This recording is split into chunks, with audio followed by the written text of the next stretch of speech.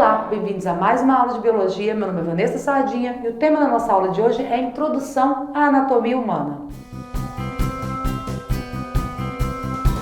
A anatomia humana é uma parte da biologia responsável pelo estudo das partes do corpo humano.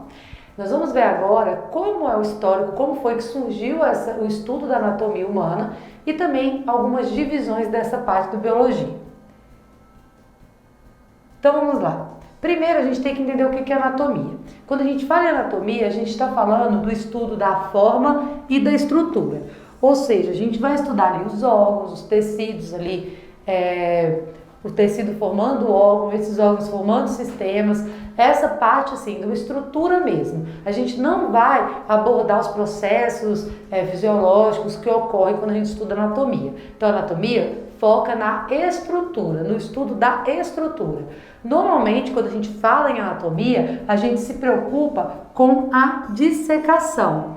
A dissecação é a parte ali que a gente vai separar as partes, analisar cada órgão, cada estrutura. Então essa técnica é que permite a gente aprofundar o conhecimento em anatomia. Então os primeiros anatomistas, as primeiras pessoas que estudaram o corpo humano, elas faziam essa técnica de dissecação. Hoje ela também é feita em cursos da área de saúde, medicina, fisioterapia, mesmo biologia. Então a gente tem essas técnicas, a gente ainda faz a dissecação e a gente estuda então a anatomia. A anatomia humana a gente pode estudar somente analisando o corpo humano ou ainda fazer uma anatomia que a gente chama de anatomia comparada, quando a gente analisa a anatomia de alguns animais e compara com o funcionamento do nosso corpo, certo?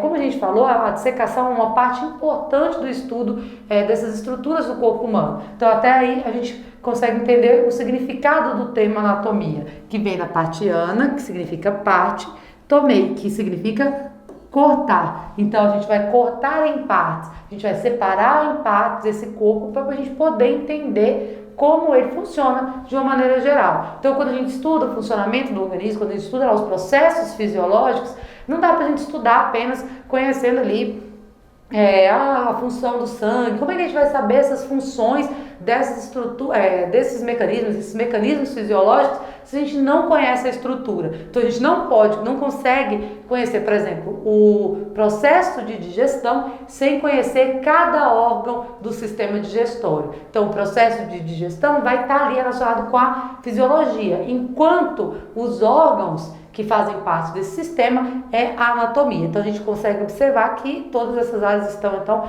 bem interligadas. Então vamos lá.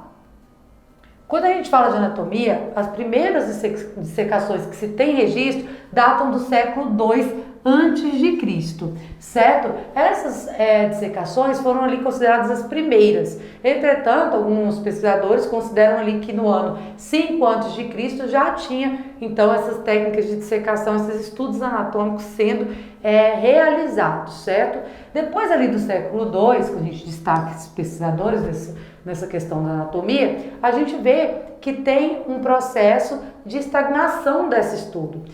Depois ali no século II mesmo, a gente vê que a igreja começou a impedir esse tipo de estudo com corpos humanos, certo? Então esse estudo ficou parado, estagnou-se o conhecimento então por mais ou menos 700 anos. Nesse período, quem estudava, damos destaque aí para um pesquisador, que é o Galeno, que era médico ali dos gladiadores, ele estudava mais anatomia relacionada ali com animais, então teria um conhecimento mais de anatomia comparada, certo? A dissecação ali ficou estagnada, então por proibições do uso do corpo humano para fazer esses estudos. Então, há aproximadamente 700 anos, depois dos primeiros estudos aí, a gente teve uma parada nesse conhecimento, voltando-se ali no período renascentista, onde a gente destaca Leonardo da Vinci, Andrés Vesalius, são dois pesquisadores importantes que vão dar contribuição então na área da anatomia. Quando a gente fala em Leonardo da Vinci, a gente tem muitos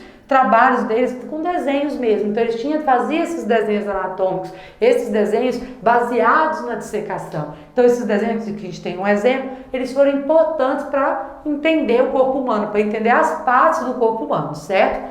Outro pesquisador importante foi Andrés Vesalius. Esse pesquisador fez um livro chamado de Humani Corporis Fabrica.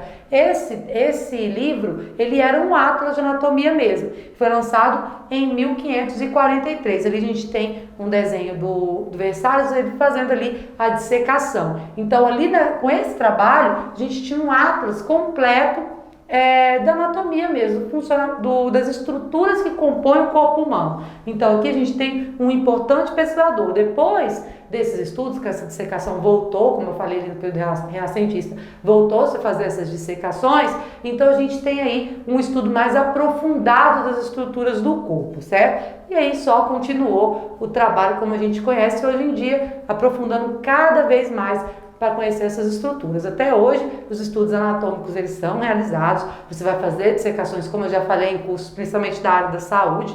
Então essas dissecações elas são realizadas e até hoje a gente consegue descobrir coisas novas, né, que a gente não conseguia entender. E hoje as tecnologias permitem a gente fazer dissecações e compreender melhor como é aquela estrutura, devido ao uso aí de microscópios e outras estruturas permitem a gente avaliar melhor, então, esse corpo, correto? A gente pode classificar a anatomia em dois grupos básicos, a anatomia sistêmica e a anatomia regional ou topográfica. Quando a gente fala em anatomia sistêmica, a gente está falando dos sistemas. Então a gente tem ali o sistema digestório, o sistema respiratório, a gente classifica em sistemas, a gente estuda analisando cada sistema aí do corpo. Quando a gente fala em anatomia regional ou topográfica, a gente já está falando do estudo em regiões. Como assim regiões? Então, por exemplo, a gente tem tórax, abdômen, então a gente estuda as estruturas do tórax, as estruturas do abdômen, certo? E não estudando sistemas propriamente ditos. Só para a gente lembrar ali, a gente tem vários sistemas que compõem o corpo humano. Então, aqui está alguns sistemas que a gente estuda na anatomia sistêmica, que é a que a gente estuda mais no ensino médio e ensino fundamental, certo? Normalmente a gente estuda analisando o sistema como um todo, todos os órgãos que o compõe. Então vamos lá, a gente tem o sistema esquelético, por exemplo, que a gente vai estudar os ossos, todas as estruturas associadas que formam o esqueleto, garante aí sustentação do corpo, movimentação. O sistema muscular vai estar o conjunto de todos os músculos. O sistema nervoso, onde a gente vai ter o sistema nervoso central, o sistema nervoso periférico, que vai garantir então o transporte de informações, a captação de informações do meio e também do interior do nosso corpo e a interpretação dessas mensagens nervosas. O sistema cardiovascular está relacionado aí com o coração, vasos sanguíneos. O sistema respiratório, pulmão, onde a gente garante a captação de oxigênio e a eliminação de gás carbônico. O sistema digestório, que está relacionado então com a nossa alimentação e a captação dos nutrientes que estão presentes nos alimentos. O sistema urinário, que está relacionado então com a eliminação de algumas substâncias que estão em excesso no nosso corpo ou que são tóxicas. O sistema endócrino, que está relacionado com a produção de hormônios para o nosso corpo. E o sistema reprodutor, que garante o quê? A reprodução da nossa espécie, certo? Então a gente consegue estudar essa anatomia analisando as estruturas que compõem. Então a gente viu aí que o estudo começou há muito tempo atrás, mesmo antes de Cristo, com análises ali baseadas principalmente na dissecação, que era a principal técnica para entender a anatomia. Hoje a gente já tem um conhecimento amplo dessas estruturas que fazem a parte do nosso corpo, sendo que a anatomia sistêmica, que vai estudar os sistemas, é a mais abordada então no ensino médio e fundamental. Então essa foi a nossa aula de hoje, espero que tenham gostado. Não se esqueçam de curtir, compartilhar e se inscrever no nosso canal. Qualquer dúvida é só acessar o link que está aqui na descrição do nosso vídeo. Até a próxima!